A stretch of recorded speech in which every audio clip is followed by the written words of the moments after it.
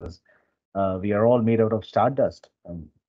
Stars, where there was initial atom was helium, hydrogen, and then there were lots of fusion events. And today we have an array of molecules, we have array of elements, all of which uh, seemingly are different. But when you look at it, they are all together a part of a large, greater part of the system. So the idea of omics studies, proteomics, genomics, metabolomics, is primarily to get a connection of that whole. And also, when you talk of the human body, just like any other system, it's intricately connected. There is a, there's a, what I would say is a attraction to cut things out and look at it in isolation. But I think the better science can be done when we look at it as a part of a whole, that it is part of a system. So this is what I found. I think this is a very easy thing. So if you see the brain and the digestive system or any other system, we think the brain is completely isolated. It has a blood-brain barrier. Uh, the brain is the smarter guy. Liver is not that smart, perhaps. It does not think for itself. Uh, so there is a general assumption that, okay, liver is less important, or perhaps the gut is less important, brain is more important. Uh, but when we look at it at the larger picture, each of them are important and they are intricately linked. So there are two levels at which I will discuss what we are doing today. The first of all, the disease model that we are talking of, hepatic encephalopathy, how it impacts, and then how we use another technique that looks at the whole picture, the larger picture, that is proteomics. So, what's the background? The background is uh, we are talking about a disease where there is loss of brain function when the liver is damaged. And when it is damaged, it fails to remove toxins from the blood. And since it is failing to remove toxins from the blood, these toxins build up, they enter the brain, and then they alter the way our brain functions. Then we call the disease as hepatic encephalopathy. And although most of the time it may develop over a long period of time, sometimes it can be, quite sudden. The development might be very sudden. So depends on the type of etiology. I'm not going into those deep factors, but it can occur both suddenly or it can develop slowly over time. So the take-home message for the first part is the liver primarily orchestrates the metabolism, all the melodies of our metabolism. It breaks down all the xenobiotics that we take in. But when it falters, the brain starts getting impacted because now the liver, that barrier that was allowing you to work, it's something like you are studying and nobody is disturbing you because your mother is cooking food for you or your father is paying your tuition bills. And suddenly you are told that, okay, from tomorrow onwards, both your mother and father would be going off for some other work, and you have to cook your own food and you have to, run for a day job to pay for your college bills. Immediately, your study schedule gets disturbed. Something of that sort happens with the brain. Now, if we talk of it, what is the prevalence? And is this disease very common? So, what a paper in just a few years back, what they tried to do is they wanted to see that of all liver failure patients, how many of the people actually suffer from hepatic encephalopathy? What percentage of people actually have an impact on the brain? Because most of them come to the hospital because their liver is not working. And now the surprising picture was in areas like Pune, 93%, Kolkata, 62%, Delhi, 58%, Bengaluru, 67%, Mumbai and Chandigarh and Chennai, they were less, but yet they were pretty higher. So there's a significant portion of people who suffer from liver damage and also suffer from the ill effects of brain. And what are the impact in the worldwide? So there have been few studies who have delved deeper and try to understand how many of percentage of people with liver failure develop these diseases. So in case of cirrhosis, 80% suffer minimal HE, and 30 to 50% of them developed overt HE. Overt HE is an hepatic encephalopathy that is having much stronger symptoms. So getting back to the basics, just as we discussed, so primarily we run a cycle, something known as urea cycle, and that is very specific to the hepatocytes. Now, urea cycle, what it does is all the ammonia that is derived from our gut, from the food we eat, by the proteins we ingest. So we are ureotelic. We excrete urea. Uh, but this urea is synthesized in the liver. So once liver is damaged, and this damage can come due to multiple reasons. It can come due to cirrhosis of liver. This cirrhosis can be due to cancer. It can be due to other drug-induced toxicity.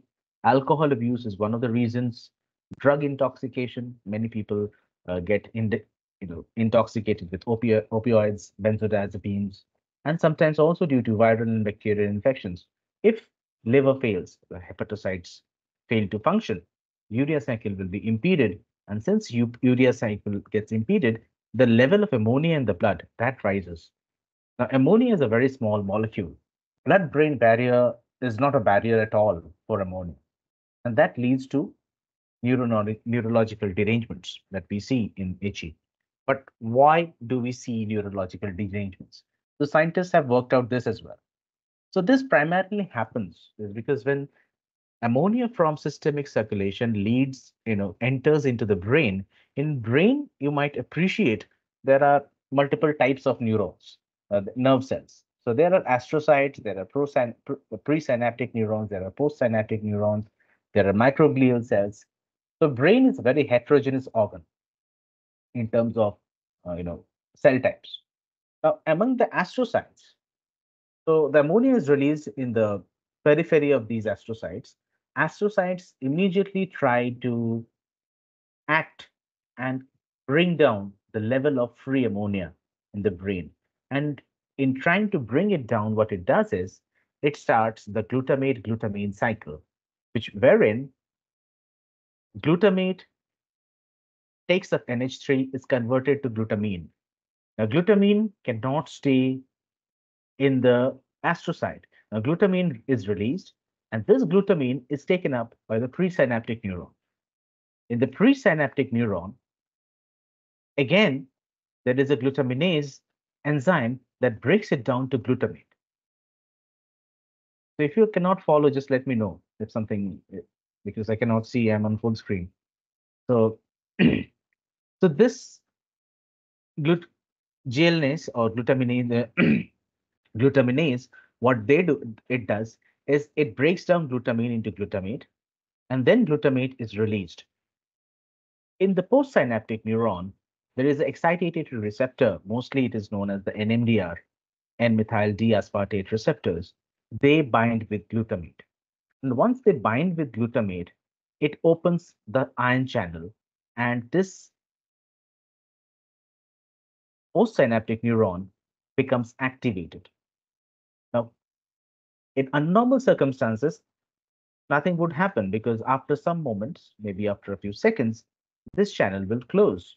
But what happens in case of a hyperamonic condition is there is already too much of glutamate due to the presence of NH3. So glutamine synthetase produces glutamine. Glutamine is broken down into glutamate. Glutamate is released. Again, glutamate picks up more NH3. It produces more glutamine. More glutamine enters the presynaptic neuron. More glutamine is broken down into glutamate. So as you see, it becomes a vicious cycle, and more glutamate is available for the postsynaptic neuron. It's something like you like playing football or cricket, and maybe you would love to play football or cricket for 4 hours a day. But if I ask you, okay, for the next 6 weeks, all you need to do is play cricket. You have to stay on the field be it sun, rain, sunshine, moon, whatever. You are just playing cricket. Of course, you will get exhausted. You would perhaps die due to exhaustion. This same thing happens with these postsynaptic neurons because now they are in a hyperactivated state. There is energy deficit, oxidative stress, and the cell moves to apoptosis or necrosis. This leads to brain dysfunction, right? So up till now, everything is known. So why do we worry at all? Like if I know how the disease is caused, I think the easiest way of stopping this disease is creating a block right here. You know, we can just create a block. We can just block this and we can block this receptor. And since now we have blocked this receptor, there will be no onward transmission. Brain will be saved, right? Or so what we thought. So inhibition of these receptors is a very plausible therapeutic intervention. And it's not that people did not think in these lines. But problem is NMDA receptors are extremely important for normal physiological functioning of the brain. You cannot block NMDA receptors, right? It's just telling that, okay, just because there are a couple of policemen in India or in your city who are, not honest, they are corrupt. Let's remove all policemen out of jobs because policemen are supposedly corrupt. That won't work because a larger portion of them are actually there to protect you. So similarly, NMDA receptors, you just cannot take them off duty just by blocking them. So it's a very unsuitable target for therapeutic intervention. So another therapy could be ammonia lowering strategies. Remember, we started off with gut producing ammonia. That is one of the more prevalent strategies these days that doctors give us medications and foods that will produce less ammonia. But again, this is not a good way of uh, that would effectively hamper your lifestyle because your protein intake would be severely limited. Most of the food that you will be eating will be very rich in carbohydrate. Ultimately, it won't have a fulfilling lifestyle. So again, not very effective, and too much lack of protein in diet will lead to other complications. So it has very severe side effects. So what we wanted to understand was, can we try to understand HE pathogenesis again, right? Uh, like let's go back to the drawing board and try to understand what are the proteins or genes that get impacted during HE. So that's the point where we thought proteomics could be one of our strategies that we could be looking up to. Now, what we do is it's a pretty simple. So we take a group of rats. Of course, we could not take humans because that would nobody would allow us to chop off brain tissues from humans. So we take control rats and we develop moderate HE in the rats by injecting a chemical known as thiacetamide. And these thiacetamide, what it does is selectively kills the hepatocytes of the liver. And within 14 days, your moderate HE or the rats start showing symptoms similar to that of hepatic encephalopathy patients, which we, of course, validate using multiple neurobehavioral tools. Then we take a section of the brain, we do a QC check, and we do the normal pipeline of analysis of data using LCMS MS proteomics. And then we try to see whether these kind of data sets after statistical analysis do they tell something new that we can extrapolate into findings. So as I said, the first approach is to develop a good model, that is chronic liver failure model that leads to moderate hepatic encephalopathy. And what do we do? We initially check for serum parameters like serum SGPT, so serum GPT, serum GOT, ammonia levels. So these are all checked. We also check for liver histology, serum LDH profile, and then we do neurobehavioral studies because ultimately in neuroscience, nothing makes sense if the behavior does not change. So we need to verify that the mouse or the rat, our model animal, is behaving just almost like similar to a patient of MOHE. So what are the parameters that we found? Initially, if you see, compared to the control, these SGPT and SGOT levels are pretty high in MOHE, and so is the serum ammonia concentration. So ammonia, if you see compared to the control, has really gone up, which tells us that, yeah, your model is established. Then if you look at the hepatocytes, now this is the control hepatocyte. I cannot zoom in further, but if you would appreciate that these have really healthy tissues, healthy cells, where you can see number of apoptotic or dying cells in this area. So yeah, liver cell is damaged. Also, this is the LDH pattern, lactate dehydrogenase pattern. Uh, Compared to control, you see there is increased in H4, M3, MTH2, these fractions, which indicate damage to the tissues. Most interestingly, what you need to see is how the animals that were taken. We took the radial arm maze test to check for working memory performance and reference memory error. So, what is working memory?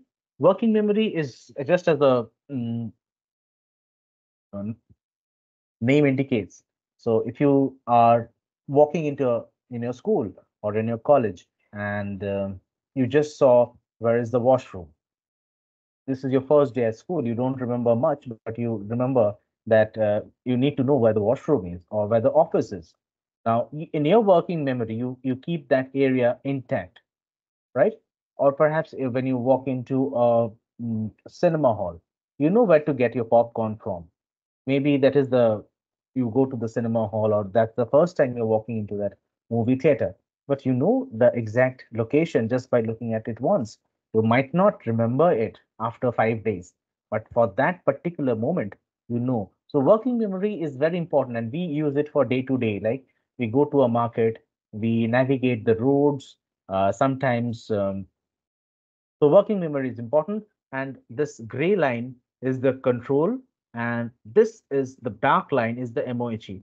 And you see, after sixth day onwards, there is a remarkable drop in the percentage of correct choices. So here what we do is we give a baited arm. So this is an 8-arm radial maze treatment, and we have a chocolate or a food, a piece of cheese, or maybe sometimes a piece of chocolate mm, in one of the radial arm maze. So if the rat is well trained, it will go and pick up the chocolate in one go. But if it is taking more time to reach, or it is entering the wrong arm, so it is just like knocking on the wrong door, then we would know that his working memory is falling. Similarly, we have the reference memory error, but again, here you see the reference memory error is high in case of MOHE. So there is a drop in memory. Then we also see what is known as the novel object recognition test. Is just like if you get a new phone, you are more likely to spend time with the new phone.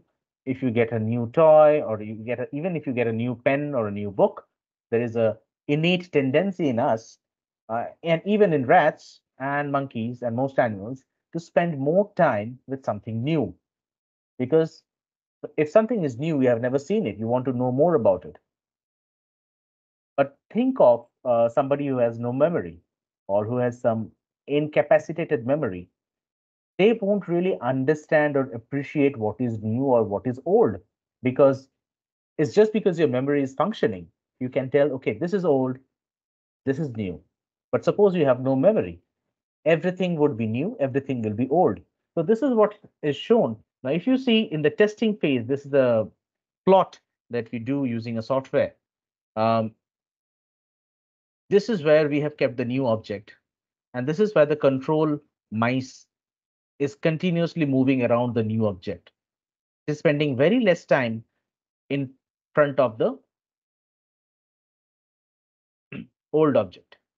But if you look at the MOHE, it is not discriminating. It is spending equal time with both the objects because now its memory has failed. And just like Amir Khan of Gajini, uh, this rat thinks everything is new. So, and if you go back to the molecular traces, then I will just show there's something known as dendritic arborization. So, because what is the physical form of memory is we try to look at the neurons, and you see the neurons have really become stunted. It's just like a good memory is like a tree with lots of branches. Um, a bad memory is a tree that somebody has just chopped off the edge of the branches. So there is dendritic pruning that happens. And in MOHE rats, you see there is significant decline. So now what we understood was that yes, memory was not working. Yes, um, brain did not function well. There was lots of memory errors. There were lots of physical damage to the neurons, especially in the hippocampus, the area where the neurons are mostly functioning for memory retrieval and performance. We wanted to know what's the molecular basis of it, and can we find molecules that are differentially impacted? So that's why we started doing an LCMS proteomics based study of the hippocampus of the MOHE rat brain. So here we focus only on the hippocampus. There are other parts of the study where we're dealing with the cerebellum and other stuff. But here I will just focus on the hippocampus. We have little time. So what did we do? We identified almost 200, 2,175 proteins, out of which almost 1,895 proteins were statistically validated, and only 47 proteins showed significant dysregulation. 41 were upregulated, 6 were downregulated. So now we have a differential expression of the proteome. We understood that okay, these proteins are there are some proteins that are differentially expressed, right? So this is basically a volcano plot. They would see these are the proteins that were all upregulated. These are the proteins that were all downregulated. I'm not going into the statistics, but then what we did was we tried to map these proteins onto their functions. And what we found out was there are a lot of proteins that were involved into in gliogenesis. Uh, I we had discussed about glial cells, like neuroglial cells, glio microglial cells. So gliogenesis was one of the pathways that were impacted. We also had discussed about glutamate transmission. And if you can see, there was an impact on modulation of chemical synaptic transmission. Myelination is very important because if your neurons lose myelin, they fail to communicate at the speed at which they should be communicating. It's just like um, you have a lot of electrical wiring all around your house, but all those wires are actually coated with a rubber jacket. If you strip off the rubber jacket, what is likely to happen is there will be a short circuit and a fire. So that's what happens when our neurons lose their myelin or there is leak in the myelin. So there is improper transmission of electrical impulses in the neurons that leads to improper behavior. So both chemical synaptic transmission and electrical synaptic transmission, they are impacted. Astrocyte differentiation, we talked about astrocytes and how they're important. They were also getting impacted. Then what we wanted to do was there were a lot of proteins that we wanted to be shortlisted. So there were 12 differentially expressed proteins, and we did a lot of literature survey. Like, what do we know about these proteins, especially with respect to brain function, and especially with respect to MOHE, uh, excitotoxicity, glutamate excitotoxicity. These are keywords that we wanted to understand. So, do we know these? Are these the usual culprits, or these are the new guys? So what we found out that there were three people uh, who were actually very new in this area. Very few people have talked about this, and there has been very little work. And we found these could be looked into for probable therapeutic approaches, right? But before going on to that, we wanted to validate our findings. See, proteomics mass spectrometry based studies are very good. It gives you a broad picture, but sometimes when, especially if you're trying to do something on the brain, which is very heterogeneous, it's more likely that you should try to validate the protein at the level of the tissue, or try to actually see that in the area of the brain where you're interested, does the protein change? Or on those cells, specific neurons, do the proteins change? So this is what we did with the immunohistochemistry. This is also what we did with Western blots using specific areas of the hippocampus, primarily the dentate gyrus, the DG, the CA1 and CA3 region. These are very important for memory formation. Similarly, we did for CD9, and similarly we did for T-span 2. So all these three proteins, if you look at it, they are overexpressed proteins. And what we wanted to understand was how do they impact? What if we inhibit these proteins? Would it do any sort of reversal? So we took up another protein known as focal adhesion kinase 1. So what does focal adhesion kinase 1 do? It's a cytosolic non-receptor based tyrosine kinase. It's important for cell adhesion, migration, and survival. Again, it is abundantly expressed in the mammalian brain and very enriched in neuronal growth cones. Now, if you go back to the very few slides back, we had discussed that neuronal growth is impacted. So the neurons become short. It's just what we discussed about something as known as dendritic pruning. So dendritic pruning keeps on happening in case of excitotoxic disorders.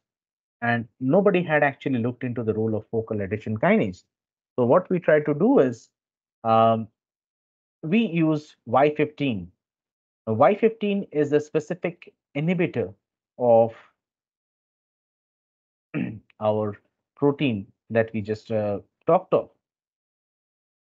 So if I block focal adhesion kinase 1, what you now see is in case of control, there is this is the control, this is the MOHA. Now, when we do a treatment for almost 2 weeks, the same MOHA rat, there is almost a reversal. If not 100% reversal, we cannot call it 100% reversal, but conditions have become better. So this is where we are at present in this part of in the context of this study. We have to validate again with the behavior, but what we found was that by taking proteomics, we tried to dissect a disease that was well known, a disease that's whose pathophysiology is well worked out, but whose pharmacotherapies are still amiss. So this disease, we know what goes wrong, but we do not know how to get it right. So proteomics again gives you a very good platform to try to isolate as many candidate proteins as possible that could be probable drug targets. And then you have a slew of techniques. Either you can shorten it down based on availability of inhibitors. You can, you can use MD simulation studies to see which inhibitor will work best. And then, of course, you have to get back to the bench and get your hands dirty, where you have to work with live animals, try to see their behavior, try to see what actually impacts most. Mm. So this is conclusive evidence that the protein that we targeted, of course, has a good role in the pathophysiology of HE or hepatic encephalopathy. And if it is prevented, now, if somebody asks, are there any side effects? So, of course, we are into animal studies. We do not know about side effects. Animals don't speak for themselves. So, this is just a preliminary study. The idea was to give you an overview of how you can use proteomics to find probable drug targets. And I think this brings us to the end. So thanks to my collaborators. So the most of this work was done in these two labs. He is Professor Sanjeeva, where I did my postdoc from at IIT Bombay, and Dr. Papia. Uh, this is her lab and her students Vishal and Shambhu, and of course Professor and again one of my postdoc mentors, with whom I have worked. So yeah, that's all, folks. I think we can stop and we can have a discussion.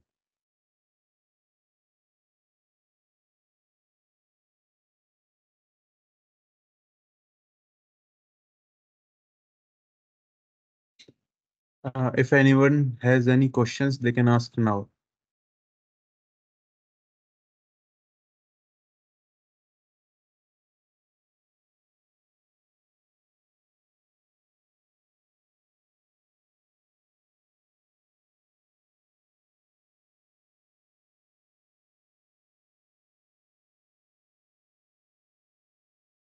Uh, Hello, sir. Good evening, sir. Yes, Hello, am I sure. audible? Yeah, yeah, you're Yes, audible. sir. You're trying to look out for that protein profile of the rats after the treatment. So you are saying the targets you could identify through that LCMS and all those.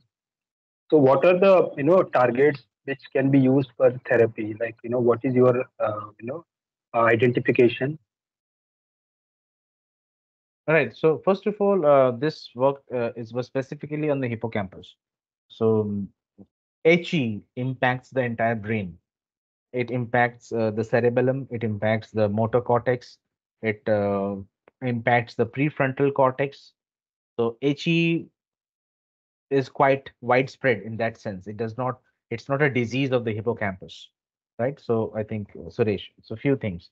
Yes, sir. So this Yes. was just an exploratory work where we thought that one of the most important things that we try to preserve is memory, right?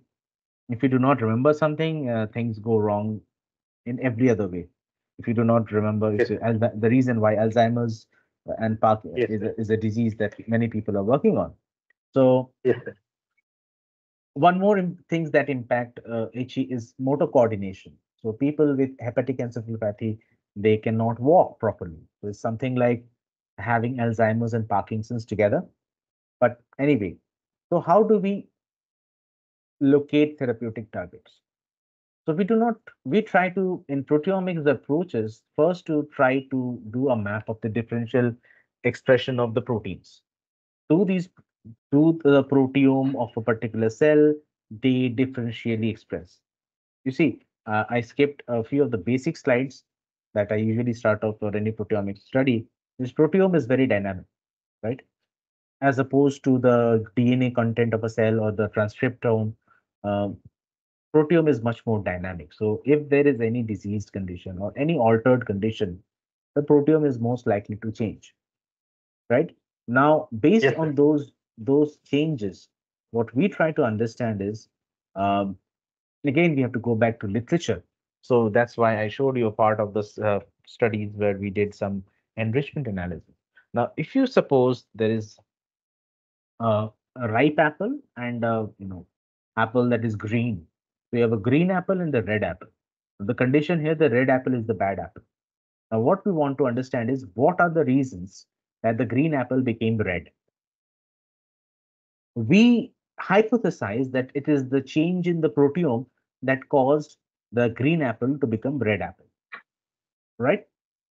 So Yes, if we sir. take the red apple proteome and the green apple proteome, we try to see what are the changes. So there are two kinds of changes. One, there could be the differential expressed proteome. That means protein A is expressed in green apple, protein A is expressed in red apple, but protein A is expressed 100 times more in red apple, right? This Yes, is sir. one change.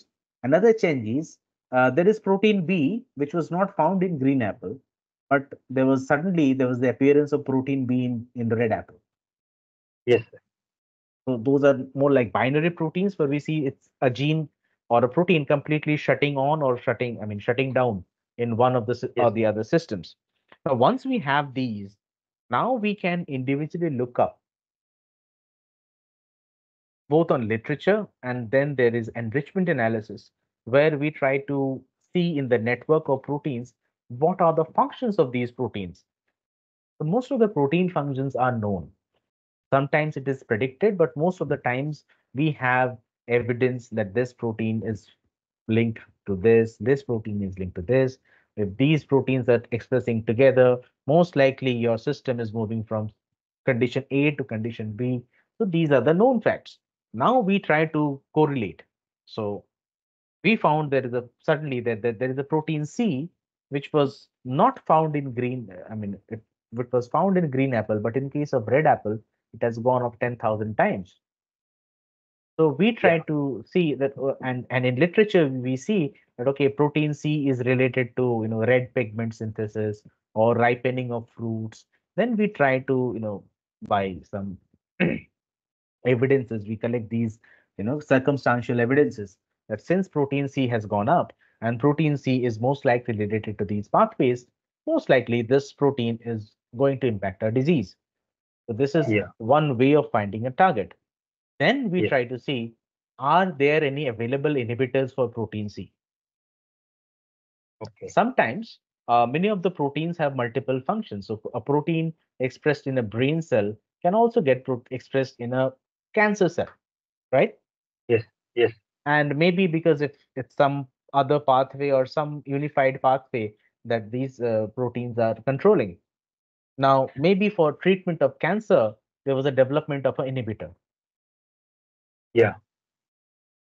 Now we already have an inhibitor in place. All we need to do is repurpose. So this is a very during COVID pandemic, you must Yes. have heard this term drug Yes. repurposing.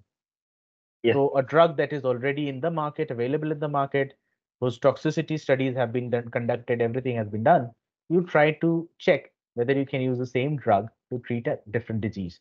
Now you can use Yes. that drug to try to see if you inhibit protein C from expressing 10,000 times, if you can bring it down to expression of just only 20 times, maybe Yeah. the red apple won't turn, maybe the green will Right. won't turn red. Okay, it will still be greenish reddish, but not completely red. So Yes. then once you do it in the animal studies, you try to scale it up to some primate studies. You try to do the same with primates.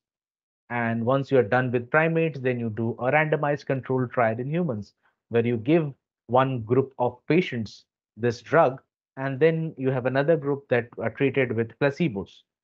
And then you see over a period of 6 months, did the people who received the drug show any statistically significant improvement? Now, these things take time, and these things, there are a lot of regulatory hurdles. You must be following the news that AstraZeneca is being sued in the UK for failing to disclose few adverse reactions that happens if you take Covishield vaccine, right? So Yes. lots of regulatory distress. So it looks very good if you cure disease in rats, but curing disease in humans, that's a long process. It would probably take 10, 15 years. The reason why drugs are so costly, the reason why you don't see a new drug every other day. So yeah, but these techniques like proteomics, metabolomics, uh, transcriptomics, what it allows you to see is a larger picture. You can see how these proteins are interconnected, how these RNAs are interconnected.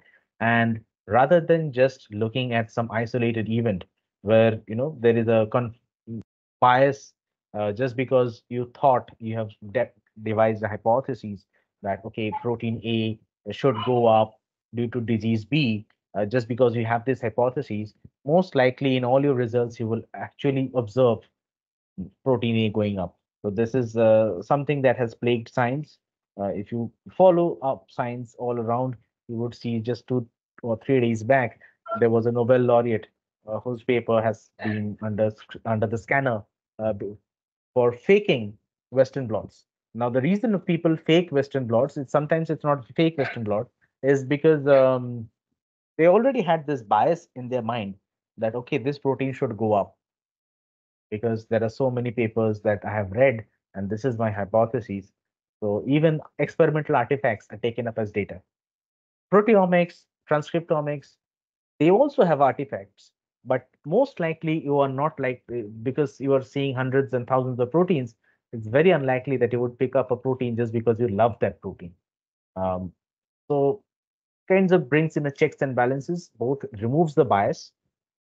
It's more of a discovery data where you try to discover new things, Next, it allows you for integration of some cool techniques that people nowadays call AI and machine learning, where you can allow the computer to uh, do a lot of judgment for you. You don't do the judgment. You ask statistical you know tools, apply statistical tools and machine learning tools to find out the target. Okay, of these 5,000 proteins that have gone up and these 5,000 proteins that have gone down, which are most likely to impact the disease condition. Now you have 100 data sets, you can train your algorithm, you can find out new targets. Then you have the entire ML through. I think Deep, Arup and Ankit are already in the audience. They would perhaps deal with the problems much better. They're well trained. So yeah, I hope I have answered quite a bit of your question, Suresh. Yes, sir. Yeah, I really got your point, and I really like the way you explained that matter in a very simple manner. And thank you very much, sir. Thank you, sir. There is one more question, Arup sir, that is somebody is asking about how this study would move ahead, and will epigenomics study add more value to this project? So they're asking your opinion over towards the same.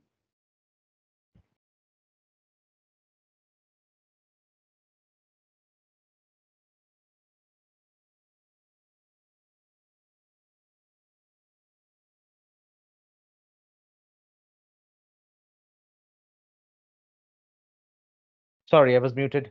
Yeah, am I audible now? Yeah, you're absolutely audible. There Yeah, is one I think the more question. question. Yeah. Yeah. I think this is from Surendran. How will this study move ahead? Will epigenomic studies add more value to this project? Of course, of course. See, this project, how this study moves ahead.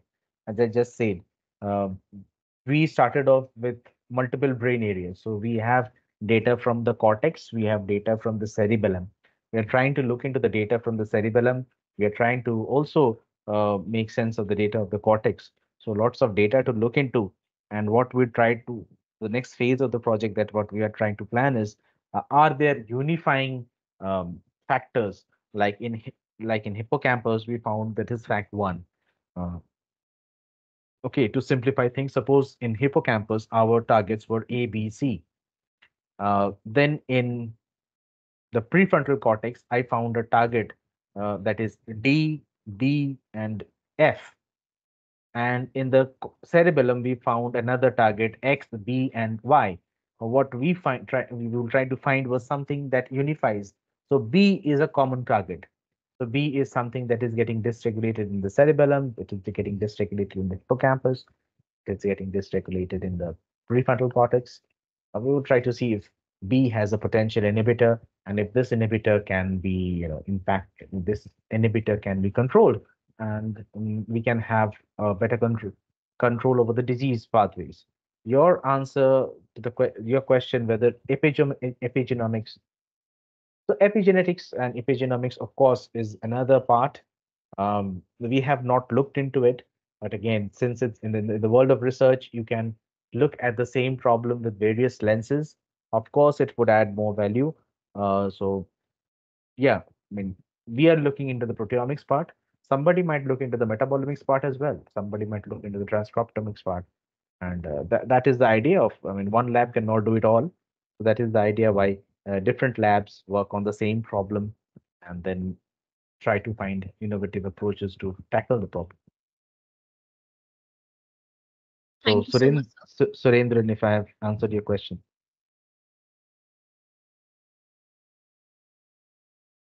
I hope everybody is done with the question. I have one question to you, Arup sir. Like based upon that you talked about this rat model. Let us say if we talk about the blood-brain transfer in case of a rabbit, so how does it impacting the liver, the acute liver failure?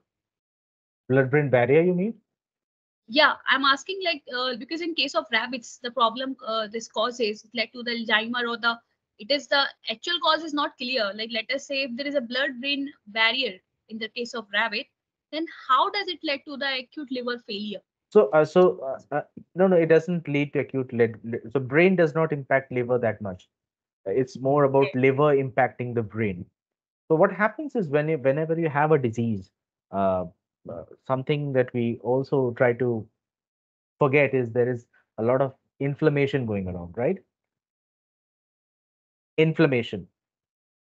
So Yes, ammonia is a very small molecule. It's NH3. Now think of ammonia. Now think of any other protein. So blood-brain barrier is primarily to protect us from larger threats, foreign proteins, foreign antigens, uh, but it does not prevent gases, right? If it would have prevented gases, our brain would be deprived of oxygen, right? So yes, sir. blood-brain barrier is very easily permissible for few drugs like NH3. There are few medicines that are very small. They impact, the psychoactive substances like cannabis, the psychoactive component of cannabis, nicotine. These very easily pass on to the brain. So blood-brain barrier is good, but only for the big. Think of your garden.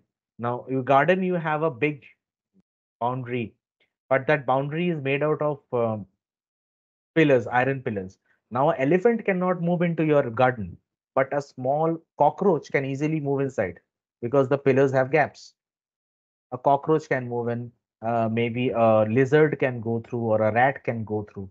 You're stopping the elephant, but those small stuff can go inside. So that way, even if it's a rabbit, if it is a monkey, if the liver fails, they are most likely to get impacted. The it's most likely to impact the brain. Very basic principle is because almost all mammalian brains work on the similar function. They have similar pathways. That's why we use rat as a model. We do not want to kill a rat just for the sake of fun.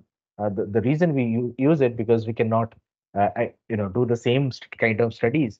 We cannot take an untested medicine and inject in a human. So we try to do it in a rat. Once we get good results, perhaps we will publish this. Once we publish it, some other bigger labs with more funds, more facilities will take it up and try to conduct the same study on a primate like monkey, right? Once they have once they get the same kind of results, maybe some corporate big corporate house will take a big pharma company, they will pick up the same results and try to do some randomized control studies because these are uh, studies that require a lot of funding, a lot of ethical issues, a lot of lawyers involved. So it gets complicated. Got it, sir. Thank you so Mm. much. There is one last question in the queue. Somebody is asking, like Fukan is there. He's asking that if we design a study by using proteomics coupled with transcriptomics, can we skip huge part of genomic study? If yes, then how it will address the research? Hi, Homan. I think Homan and I have met at APT 2024. Mhm. So yeah. So Homan, see, any study design needs to have a scientific question. Like, what is the scientific question you want to answer? Sometimes, suppose you are trying to study a cancer.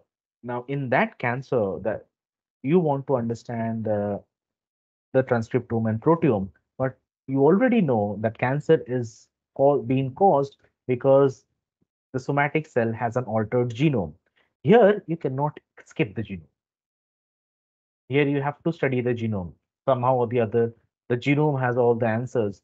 Transcriptome and proteome, whatever transcriptome you do, whatever. See, the entire genome is never transcribed at one given moment, right? It's something like the Heisenberg's uncertainty principle. You will never know two things together. So, if you kill a rat in the morning and if you kill a rat in the evening, most likely the transcriptome and proteome will be different, although they have the similar genome. So, sometimes genomics is important to provide a context that why you are observing what you are observing, right? You are getting my point. So, just let me see if I have. old presentation. Human, can you please respond? I hope you have got the answer of your question. Sarah has explicitly explained you the same. So I hope everybody is done with the question. Thank you so much, Arup sir. That's really insightful, and I guess today the Thank you, audience have sir. enjoyed. Yeah, Yeah, I so got the point. Yeah, thank you, sir. just let me show you something, Homan, before we leave. Okay, okay. Yes, sir.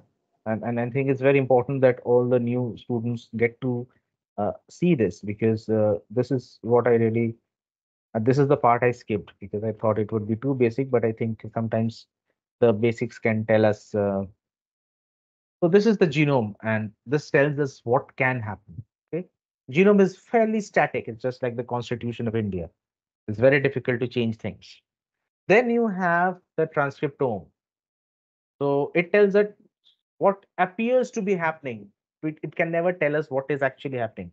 So because we have lots of post-transcriptional modifications, you have an entire level of miRNA regulation, right? Regulation of RNA by RNA. You have non-coding RNAs which actually control the transcript. Then you have proteome. A proteome is what makes stuff happen, how things happen. And we have more than 20,000, 20 lakh proteins. We do not know how many proteins we have, because a protein A with a say a phosphorylation site at 259 position, and that the same protein gets dephosphorylated, it can have 6 phosphorylation sites. Now imagine all the 6 sites getting phosphorylated, or maybe one site getting phosphorylated, 5 other dephosphorylated. So this is the we go into the area of proteoforms, and we never know, and perhaps we would never know how many proteoforms a human being or any system carries. Then we talk of metabolome, and metabolome is what actually happens.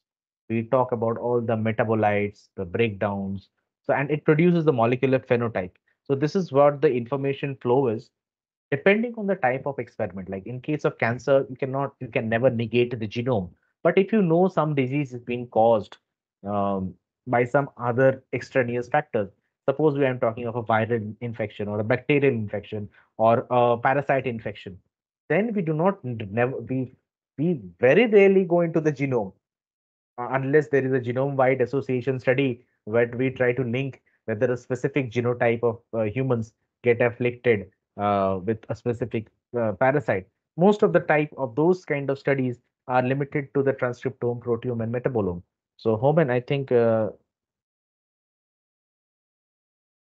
this was this answers your question. Yeah, yeah, yes, sir. Yes, sir. I got your point, and where it can be applied, that also you nicely explained. I really thank you, sir. Thank you so much, sir, for your prestigious time you have given to all of us. We are very happy, and it's for our privilege that you were here with us. Thank you once again, everybody, for joining and listening us for this 1 hour Uh, session. Thank you for having me, and thank you, Karishma, for hosting the talk, and thank you all who have joined.